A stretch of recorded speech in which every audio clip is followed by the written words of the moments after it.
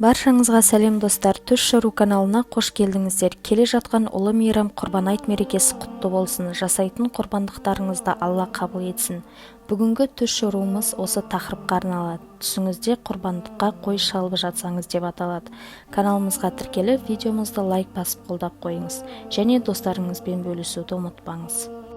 Жалпы түс шырушылардың көпшілігі құрбандық шалуды жақсылыққа жорыған. Мысалға, түсіңізде қойды құрбандыққа шалып жатсаңыз, нәрестелі болатындығыңыздың белгісі. Сондай-ақ бұл түс жақсы хабардың келетіндігін білдіреді. Егер түсіңізде үлкен қойды құрбандыққа шалып жатсаңыз, үлкен жеңіс келетіндігін білдіреді. Жүкті әйел түсінде құрбандыққа қой шалып жатқандығын көрсе, ұлды болатындығын білдіреді және ол баланың өте жақсы бала болатындығын білдіреді. Егер тұрмыстағы әйел түсінде құрбандыққа қой шалып жатқандығын көрсе, ауыртпашылықтан кейін үлкен жеңілдік келетіндігін білдіреді.